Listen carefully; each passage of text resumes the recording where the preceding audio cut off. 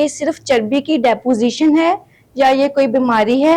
अब इन्होंने कैटेगराइज किया कि किसको हम मोटा कहेंगे। अब जिसको देखो उसका पेट बड़ा हुआ है। पाकिस्तान यंग एज में हार्ट अटैक में नंबर 1 पे आ गया पूरी दुनिया। पहले शुगर में नंबर 1 पे था। अच्छा, ये क्यों होता है? इसके 4 इंपॉर्टेंट फैक्टर्स हैं।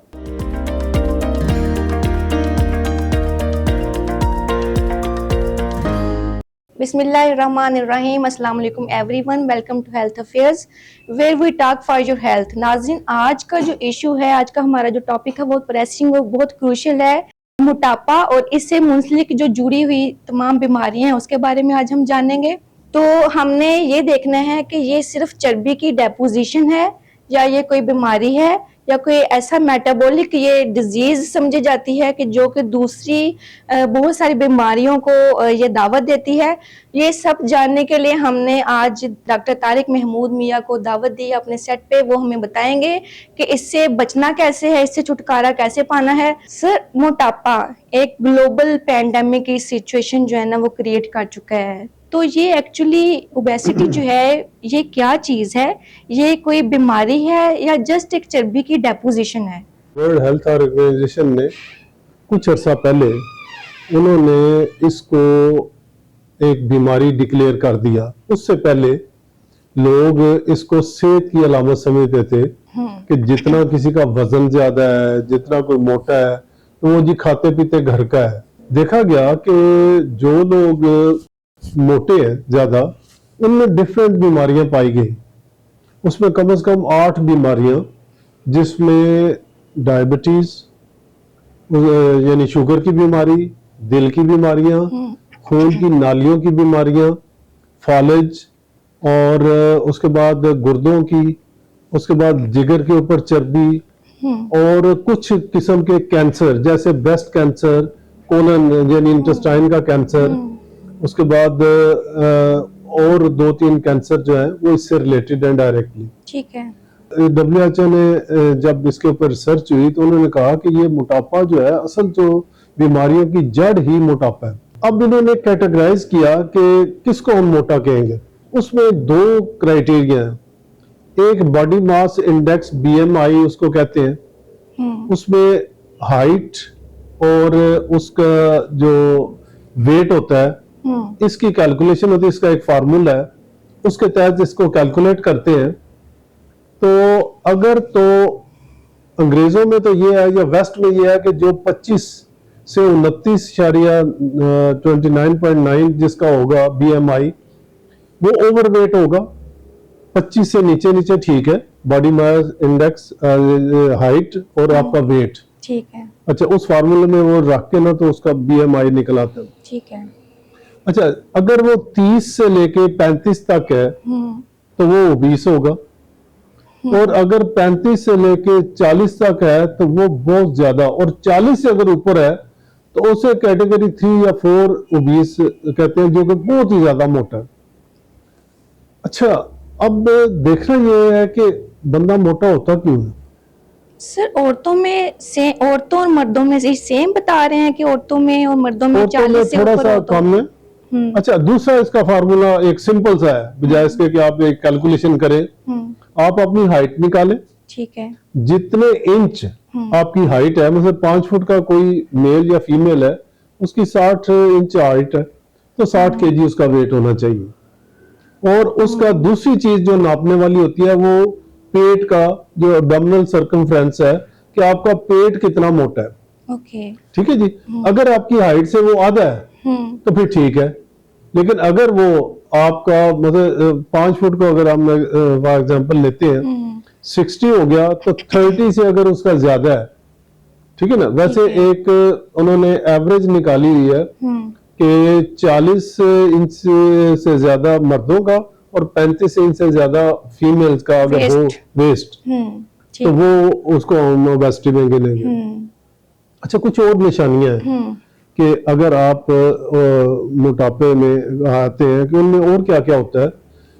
उनके जो गर्दन के ये जो एक्जिला या बगल के नीचे ठीक जो है। स्किन होगी वो डार्क होगी, ठीक है। ये गर्दन के पीछे जो है वो डार्क होगी, ये हाथों के नकल जो है इनकी जो स्किन है वो डार्क होगी, फिर उनके मुंह के निकला स्किन टैग्स जिनको Skin कहते tags, हैं वो निकल आए, उनको खाना खाएंगे तो उन्हें पसीना आ जाएगा, ओह, उन्हें सांस फूलना शुरू हो जाएगा चलते हुए, ठीक है जी। उसको एक स्लीप एपनिया एक कंडीशन है कि बस सोते हुए उन्हें खराटे आते हैं, उनका सांस रुक जाता है, ओके। ठीक है ना। तो ये सारी चीजें रिलेटेड है ओबेसिटी के साथ, मोटापे के साथ। जीन्स का जो ट्रांसफर हो रहा होता है ओबेसिटी, वो कंट्रोल की जा सकती है? कुछ तो बहुत ज्यादा मॉर्बिड किस्म के होते हैं, उसमें तो बात का हमें सर्जरी तक करनी पड़ती है। कुछ जो चीजें हैं जिनको मॉडिफाई करने से किसी हद तक आप काबू पा सकते हैं उसके ऊपर भी। ठीक है। अगर 50 साल पीछे चले जाएं तो लोगों के पेट बड़े नहीं होते बिल्कुल थे, बिल्कुल ऐसे। लोगों के ऊपर चर्बी नहीं चढ़ी होती थी। अब जिसको देखो उसका पेट बड़ा हुआ ऐसे ही है, है। ठीक है जी। अगर आप एवरेज निकाले ना तो एक जगह पे 100 बंदे हैं ना, तो उसमें मेरे ख्याल है शायद ही कोई जो स्ट्रिक्ट क्राइटेरिया है उसके ऊपर शायद ही कोई पूरा उतरे, थोड़ा बहुत वो लाजमी होगा। सही। और मेजॉरिटी तो अब अक्सर लोग उनकी वेस्ट नापे, पेट बड़े हुए हैं, बच्चों के बड़े हुए हैं, और तो क्या। बिल्कुल ऐसे ही। अच्छा, ये क्यों होता है? इसके 4 इंपॉर्टेंट फैक्टर्स हैं। एक तो ये है कि डाइट या लाइफस्टाइल, दूसरा ये है एक्सरसाइज, तीसरा नींद, और चौथा जो है स्ट्रेस।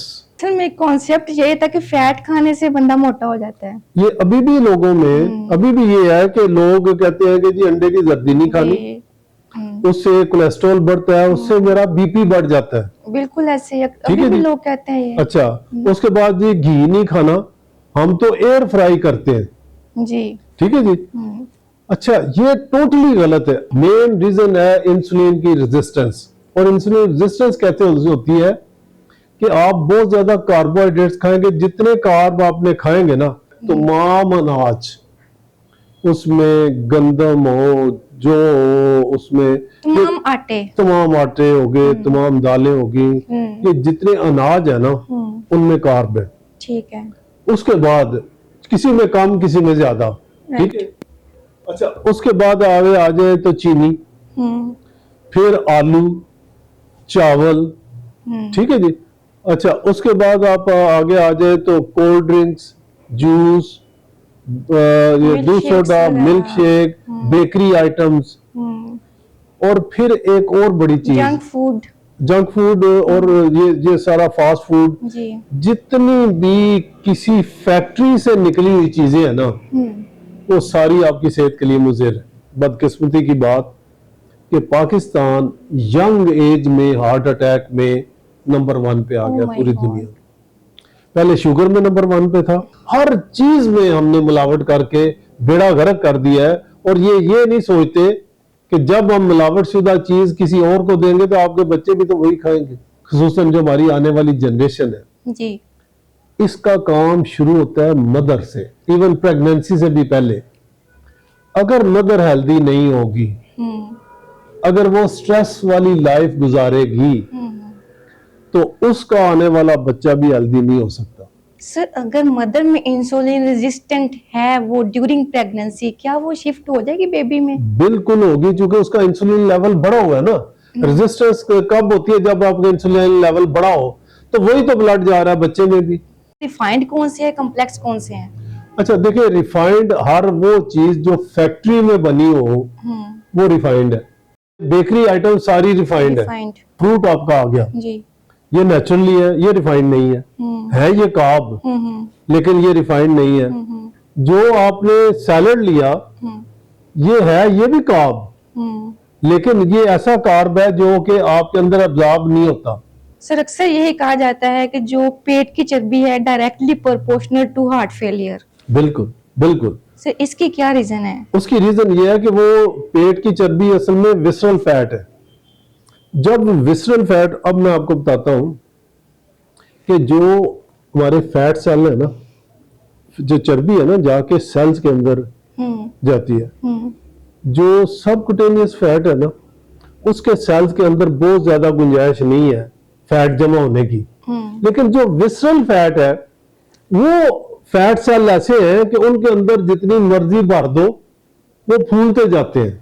फैट को निकालने का एक ही तरीका है कि आपने लो कार्ब डाइट और फास्टिंग, इस दो के अलावा कोई तरीका नहीं है। एक्सरसाइज का बड़ा रोल है हेल्थ में, लेकिन वेट लॉस में उसका सिर्फ 10 से 15% रोल है। सर ये भी एक मिसकंसेप्शन ही ये है। भी मिसकंसेप्शन है। लोग लोग एक्सरसाइज कर रहे होते हैं वेट को कम करने के लिए, और डाइट लोगों में है ही ये है कि किसी को कहे ना जी आप अपना वजन कम करें, हाँ जी मैं जिम ज्वाइन करता हाँ हूँ। जी, और भाई जिम ज्वाइन उसके हेल्थ एक्सरसाइज के 101 फायदे हैं, लेकिन वेट लॉस उसका फायदा नहीं है।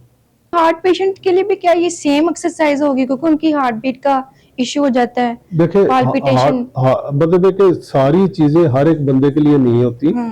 हार्ट का पेशेंट जो है ना उसे वॉक जरूर करनी चाहिए, लेकिन प्रोवाइडेड अगर वो चलने से उसका सांस फूल जाता है, उसका चेस्ट पेन शुरू हो जाती है, तो उसको नहीं फिर करनी चाहिए। ठीक है ना। तो उसको क्या करना चाहिए? देखिए उसको ना जैसे वो दूसरी एक्सरसाइजेज है, वेट लिफ्टिंग है, ठीक है जी, वो बेड पे बैठ के टांगे इकट्ठी करे, सीधी करे, ठीक है जी, इस तरह की एक्सरसाइज कर ले जिसमें दूसरे कुछ ना कुछ हिलता जुलता जरूर रहे। फिर ये होता है कि जितने लोग मोटे होते हैं वो डीप स्लीप में जा ही नहीं सकते, तो उनको स्लीप एपनिया इस कंडीशन को कहते हैं कि वो सोते हैं खराटे लेते हैं, खराटे लेते हैं, उनका पीछे जो होता है ना जो सांस लेने वाला ऑपरेटस वो बंद हो जाता है, एकदम से हड़बड़ा के उठ जाते हैं जी बिल्कुल। तो लिहाजा वो बेचारे पूरी नींद में ले ही नहीं सकते। तो जब तक वो अपना वेट कम नहीं करेंगे तो वो दूसरे तरीके से डाइट हो गया उससे मैनेज कर ले, लेकिन ये है कि एक्सरसाइज वो भी लाजमी करें। तो सर स्लीप को कैसे इंप्रूव किया जा सकता हाँ है? जी, एक तो ये है कि स्ट्रेस का और स्लीप का, और प्लस ये है कि रात को सोने से 4 घंटे पहले आपने खाना पीना बंद कर देना। दूसरा ये है कि स्क्रीन टाइम, मोबाइल अगर आप देख रहे हैं तो मोबाइल से जो रेज निकलती हैं वो आपके दिमाग के आंखों के जरिए दिमाग में जाती हैं, और दिमाग में जहाँ पे मेलाटोनिन बनती है दिमाग में जो कि हार्मोन है स्लीप के लिए, वो बनता ही नहीं है। क्योंकि मेलाटोनिन कब बनेगी, जब अगर आपकी एक भी लाइट जल रही है ना कमरे में तो वो दिमाग समझेगा अभी दिन है रात नहीं आई। आपके किस तरह डिवाइडेड है पूरे 24 घंटे में कि इशा से लेके फजर तक 8 पॉइंट है, और बाकी जितना टाइम बचा एक दिन में 24 घंटे में उसके 4 पॉइंट है। चाहे दिन भर सो लो, आप पूरा दिन भी सो लो आपको 4 पॉइंट ही मिलेंगे, 8 नहीं मिलेंगे। लिहाजा कौन सी नींद अफजल है, और हमारे इस्लाम में भी क्या है कि आप इशा के बाद सो जाओ, फजर के वक्त उठ जाओ, नमाज पढ़ो और दिन बजे। कार्बोहाइड्रेट्स आपकी जहानत पे भी इफेक्ट करते हैं? बहुत ज्यादा इफेक्ट करते हैं, बिल्कुल। अच्छा सर, दूसरा ये कि जो हर्बल टीज यूज की जाती हैं वेट लॉस के लिए, क्या वो हेल्पफुल होती हैं वाकई? जैसे दारचीनी है, जैसे सौंफ है, जैसे और ये मसाले हैं, इनका 19-20 का फर्क जरूर होता है। ठीक है, इंसुलिन रेजिस्टेंस को बहुत चीजें इंप्रूव करती हैं, बहुत चीजें आपके हाजमे में मदद देती है, तो ये, लेकिन इनका मेन रोल नहीं है। ठीक है, तो सर जो ड्रग्स यूज की जाती हैं वेट लॉस के लिए, नॉर्मल बंदे को जो जिसका BMI 30 तक है वो, या 35 तक भी इवन है, वो डाइट से बड़ा अच्छा मैनेज हो सकता है। जो इससे ज्यादा है ना, जो बंदा हिल ही नहीं सकता, ठीक है ना, जिसके लिए 2 कदम उठाए तो उसका सांस फूल जाए, उसके लिए फिर ये मेडिसिन जो है ना उसको हेल्प कर सकती है वेट लॉस में। तो सर आखिर में ये बताएं कि मोटापा अगर आप उसको कंट्रोल कर लेते हैं तो जो उससे मुंसलिक जितनी भी मेटाबॉलिक डिजीजेज हैं आपने गिनवाई हैं, फैटी लिवर, क्या वो भी रिवर्स हो जाएंगे सिर्फ इसको कवर करने से? ये इसके ऊपर पूरी रिसर्च हुई है कि आप 10%, जस्ट 10% अपना वेट कम कर लेना, तो आपने एग्जिस्टिंग वेट से जस्ट 10% आपने कम कर लिया ना, तो आपकी 50% तक हार्ट अटैक का, फालिज का, डायबिटीज का ये कम हो जाता है। वेट को कम करेंगे आपकी दवाइयां छूट जाएंगी। Thank you so much sir, आपने बहुत ही जबरदस्त इंफॉर्मेशन से आगाह किया। नाजरीन, स्ट्रेस फ्री लाइफ गुजारनी है, अपनी डाइट पे बहुत फोकस करना है कि उसमें कार्बोहाइड्रेट्स ना हो, और प्रोटीन और फैट को जो है अपनी डाइट में उसको ज्यादा लेके आए। थैंक यू सो मच, अल्लाह हाफिज। है।